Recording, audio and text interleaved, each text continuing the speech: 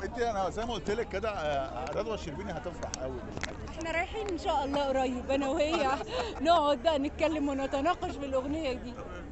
انت مع الاتجاه بتاع رضوى عموما في تعامل الست مع الراجل؟ والله لا خالص، انا ما اعرفش، ما اقدرش اقول انا في اتجاه. انا قدمت فكره جديده ومختلفه وموضوع سمعته من بنات كتير، فحبيت ان انا اقدمه باغنيه دمها خفيف. اكيد طبعا. طب يعني على النقيض بقى، مثلا ياسمين عايزه تتكلم عن راجل حلو قوي، انت رايك الراجل اصلا يستاهل يبقى يتكلم عنه كلام حلو ولا لا؟ بصراحه والله هي اراء. لا انا عايز راي مي. انا مش متابعه والله. لا رايك انت عموما، الراجل المصري فعلا جدع انا ما اقدرش اتكلم انا اتكلم مش على الراجل المصري. الراجل يحترم طبعا. انا بحترم وجهة نظر اي حد يقولها، عشان بس ما انت بتقولي على حد او بتقول على شخص معين. انا ما اقدرش اقول على شخص معين. انا اقدر اقول انه طبعا الراجل يقدر ويحترم والراجل الوحش لا يقدر بس. طبعا انت مجننه خالاتك دانا وميس، فاكتر واحده فيهم قريبه منك وبتطوعك على جنانك ايه؟ لا انا دانا. دانا على طول. دانا هي معاك كل الفيديوهات. طبعا.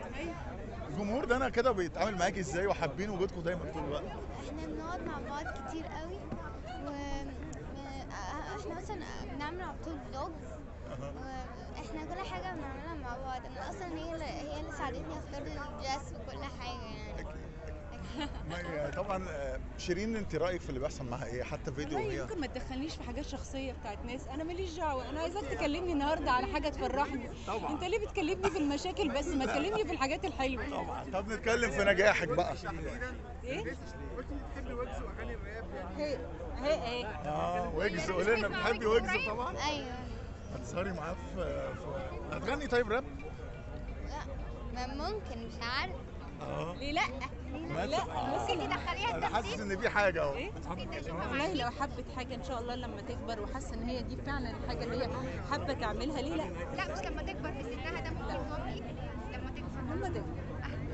رامز جلال هيعمل فيكي مقلب السنه دي ولا لا؟ رامز جلال نجم اليوتيوب جامد قوي وكمان كلنا بنحبه. والله انا بحبه جدا. حتى لو رخم عليكي في مقلب؟